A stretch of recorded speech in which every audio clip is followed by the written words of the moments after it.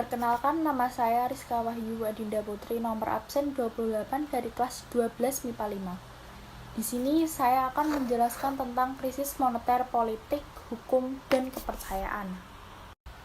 Krisis moneter yang melanda Thailand pada awal Juli 1997 merupakan permulaan peristiwa yang mengguncang nilai tukar mata uang negara-negara di Asia, seperti Malaysia, Filipina, Korea, dan Indonesia.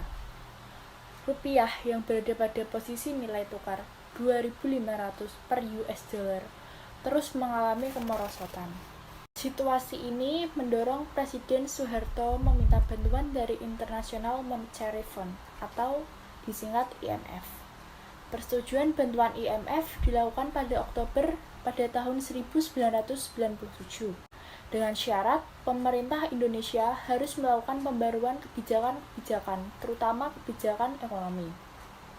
Di antara syarat-syarat tersebut adalah penghentian subsidi dan penutupan 16 bank swasta.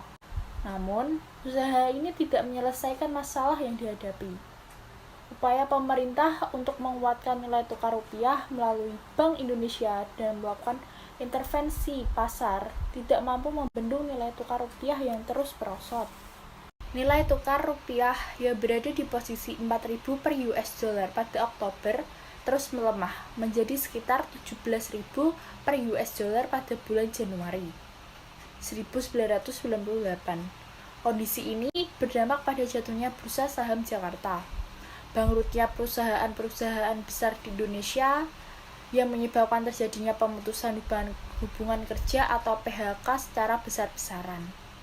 Penyebab krisis moneter sendiri seperti berikut. 1. Kesenjangan produktivitas akibat lemahnya alokasi aset ataupun faktor produksi. 2. Tidak seimbangnya struktur di dalam sektor produksi. 3. Stok luar negeri swasta yang besar dan berjangka pendek sehingga kondisi tidak stabil. Dan yang terakhir, adanya kelemahan sistem perbankan di suatu negara. Kondisi ini membuat Presiden Soeharto menerima proposal reformasi IMF pada tanggal 15 Januari 1998 dengan ditandatanganinya Letter of Intent atau nota kesepakatan antara Presiden Soeharto dan Direktur Pelaksana IMF Michel Kamdesius. Namun, kemudian Presiden Soeharto menyatakan bahwa paket IMF yang ditandatanganinya membawa Indonesia pada sistem ekonomi liberal.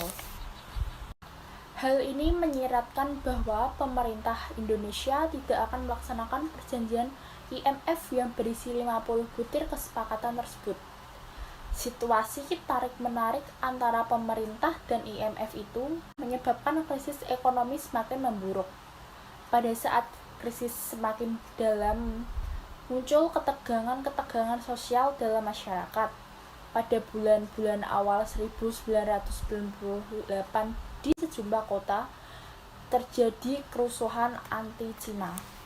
Kelompok ini menjadi sasaran-sasaran kemarahan masyarakat karena mereka mendominasi perekonomian di Indonesia. Krisis ini pun semakin menjalar dalam bentuk gejolak-gejolak non-ekonomi lainnya yang membawa pengaruh terhadap proses perubahan selanjutnya. Sementara itu, sesuai dengan hasil pemilu ke-6 yang diselenggarakan pada tanggal 29 Mei 1997, Golkar memperoleh suara 74,5%, P3 mendapatkan suara 22,4%, dan PDI hanya 3%. Setelah pelaksanaan pemilu tersebut, perhatian tercurah pada sidang umum MPR yang dilaksanakan pada Maret 1998. Sidang umum MPR ini akan memilih presiden dan wakil presiden.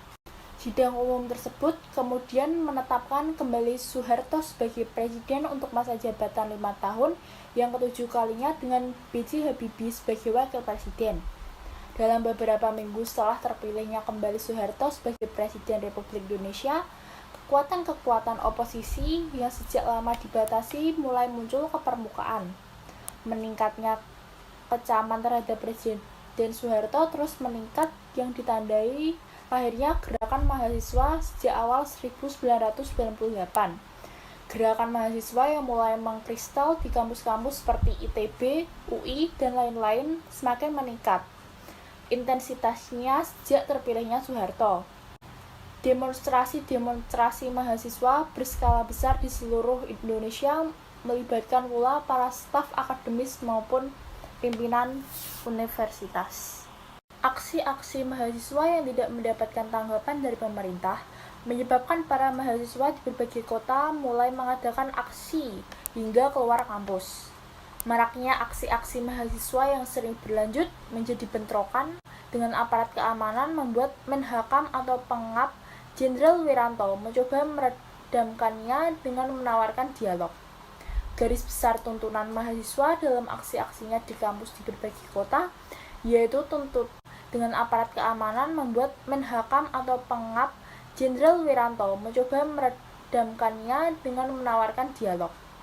Garis besar tuntunan mahasiswa dalam aksi-aksinya di kampus di berbagai kota yaitu tuntutan penurunan harga sembako atau yang sering kita sebut 9 bahan sembako, penghapusan monopoli, kolusi, korupsi, dan nepotisme atau yang sering disingkat KKN, serta suksesi kepemimpinan nasional. Dari dialog tersebut, diharapkan komunikasi antara pemerintah dan masyarakat kembali terbuka. Namun mahasiswa menganggap bahwa dialog dengan pemerintah tidak efektif karena tuntutan pokok mereka adalah reformasi politik dan ekonomi pengunduran diri Presiden Soeharto. Menurut mahasiswa, mitra dialog yang paling efektif adalah lembaga kepresidenan dan MPR. Di tengah maraknya aksi protes mahasiswa dan komponen masyarakat lainnya. Pada tanggal 4 Mei 1998, pemerintah mengeluarkan kebijakan menaikkan harga BBM dan tarif dasar listrik. Kebijakan yang diambil pemerintah aksi protes mahasiswa dan komponen masyarakat lainnya. Pada tanggal 4 Mei 1998, pemerintah mengeluarkan kebijakan menaikkan harga BBM dan tarif dasar listrik. Kebijakan yang diambil pemerintah bertentangan dengan tuntutan yang berkembang saat itu, sehingga naiknya harga BBM dan tarif dasar listrik semakin memicu gerakan.